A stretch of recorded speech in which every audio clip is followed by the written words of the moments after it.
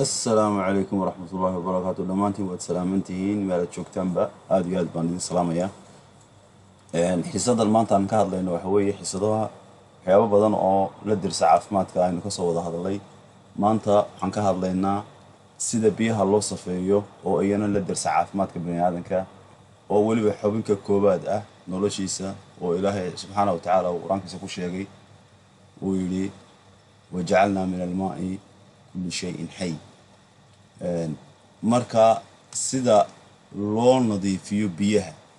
hadday biyuhu ay dhoobo leeyihiin haddii ay leeyihiin ma garanaysaa waxyaabo kale jeermis hadday leeyihiin haddii ay biyuhu hadday biyo adag yihiin biyahan weerka loo yaqaano ama qadhaadhka loo yaqaano sida loo safeeyo biyaha aanay saabuuntu ku bixin ma garanaysaa sida biyaha adaga inta badan saabuuntu kuma baxdo sidee baa looga dhigaa biyahaas inay biyahaasi biya wax lagu beeri kara noqdaan ama ay saabuuntu ku baxdo biyaha adag ama jeermis looga dilo waxyaabaha caloosha ma garanaysaa dhiba ama haddayba biyuhu macaan yihiin oo laakiin ay dhoobo leeyihiin sidee baa looga dhigaa biyo cad oo maax ah marka hadda doonaysid biyaha inay saafi noqdaan oo ay noqdaan biyo maax ah oo macdanay ah oo dhoobada ama jeermiska aad ka dishid waxaad u baahan tahay dhagxaan tan caadiga ah ee loo yaqaano dhagax dixeedka iyo dhagxaanta yaryar ee loo yaqaano xarsaska ama qururuxa iyo ciid laba nooc ah ciid furfur ah iyo ciid jilicsan afarta shay waxaa raaca dhuxul shanta shay ayay ka kooban yihiin waa marka aad biyaha safeynaysid biyaha adag haddaad doonaysid inay saabuuntu ku baxdo waxaad ku daraysaa hal shay shanta shay waxaad ku daraysaa hal shay oo lagu kordhinayo waana waxa loo yaqaano birlabta waxay ku jirtaa dad badan baan aqoon waxa laga heli karaa rikoodhada duuga ah samaacadaha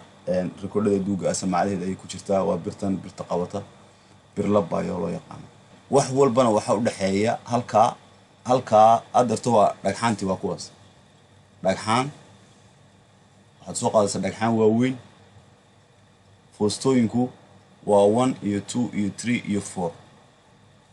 waa 1 iyo 2 iyo 3 iyo 4 biyuhu markay saafi noqdaan waa taa laakiin afartaa foostaba haddaad doonaysid biyuhu inay yar yihiin biyo dee reer ku filan haddii la doonayo laba foosto la isugu geyn karaa ma garatay foosto biyo saafiya iyo foosto biyaha safeynaysa haddii ay biyuhu badan yihiinna waxaad u samaynaysaa afartaa foosto biyuhu aad bay nadiif noqonayaan insha allahu tacaala halkaa waxaad ku guraysaa dhagxaan waaweyn dhagax dixeedka ama dhagax buureedka waaweyn ayaad ku guraysaa waxaad ka sarraysiinaysaa mara kaneeco ayaad halkaa dhigaysaa halkaa mara kaneeca dhigaysaa deetana waxaad ku guraysaa dhagxaan ka yaryar iyagana waxaad ka sarraysiinaysaa dhagxaan ka sii yaryar iyagana ka sii yaryar oo xarsas ah ayaad ka sarraysaa biyuhu halkaasay kusoo dhacaya alright biyaha halkaa kusoo dhacaya waxaa loo baahan yahay inay halkaasi ay ku jirto marakanacadu ay halkaa ku jirto okay biyuhu markii ay halkaa ka soo galaan biyaha ay dusha ka soo dhacaan halkaas dabcan halkan adigu cags bay isugu shubeen laakiin halkana laga sameeyaa foostadan hoos bay u degaysaa halkan ay imanaysaa biyahaasi halkaas ka soo baxayaan kanay dusha ka soo dhacayaan marka afkaas oo halkan imanaysa beebka afkiisa oo halkaa imanaya ayaad waxaad dhigaysaa bahasha loo yaqaano birlabta biyaha halkaa ka soo dhaca birlabta oo halkaa taalla ayay ku dhacayaan marakanacada dusheeda halkaa waxaad ku shubeysaa ciidda niiska ama garanaysaa ayaad ku shubeysaa waxaad kasii hoosaysiinaysaa ciid ka yare jilicsan iyada halkaana waxaad ku shubeysaa xarsaskii waxaa u dhaxaysiinaysaa labada ciidood iyo xarsaskaba marakanaaca u dhaxaysiinaysaana halkaana waxaanu nidhi waxaa yaala birlabti okay way ka soo baxayaan foostadan waad ka hoosaysiinaysaa halkaasay dhigaysaa si ay beebkaasi dusha uga soo dhaco mar walba beebka halka uu ku dhacayo waxaad dhigaysaa birlab waa haddaad wax beeraysid birlabtu waxay khusaysaa haddaad wax beeraysid iyo saabuunta inay ku baxdo oo xumbayso biyuhu way soo dhacayaan mara kanaacadaasay kusoo dhacayaan oo birlabtu saaran tahay halkaasi waa dhuxushii dhuxul baad ku shubaysaa mara kanaaca ka hooseysa waxaad ku shubaysaa halkaana dhagxaan yaryar waa tan ugu dambaysa halkaa foostadaasina halkaasay imanaysaa iyaduna beebkaasi halkaasuu kusoo dhacaya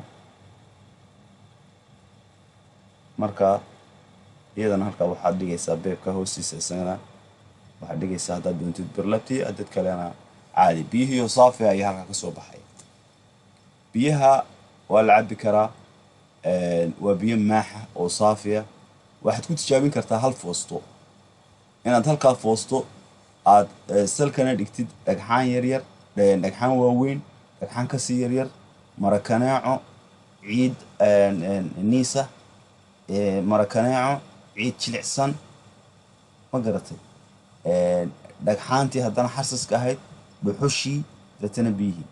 biyaha halkaa ka soo baxaya halkaana waxaad u saaraysaa birlabtii biyaha halka foosta ka soo baxay halkaa waa biyo saafi saas oo kale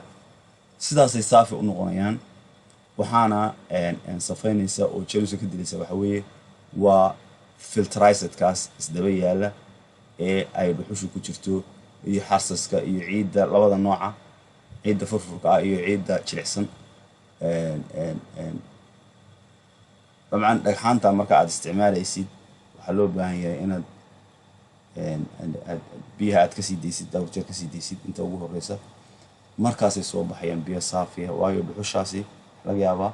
markay ka soo baxaan halkaasi biyahaasi waxay noqonayaan biyo saafiya marka waa 1 iyo 2 iyo 3 iyo 4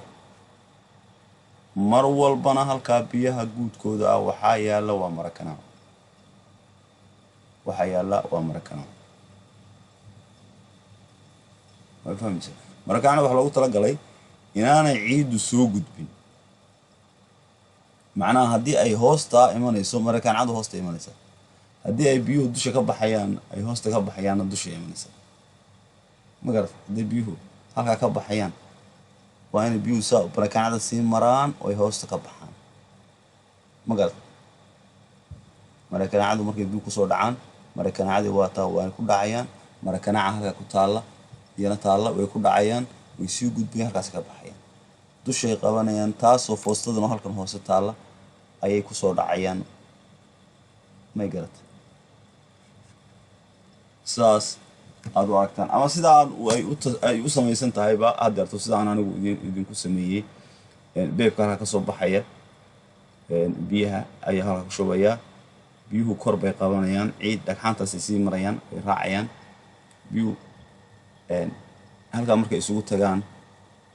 ayay markuu taangigaasi buuxsamo taangigan uu gudbinayaa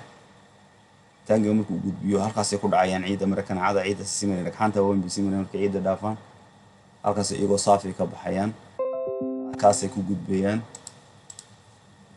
gudbayaan haddana halkaasay kusoo gudbayaan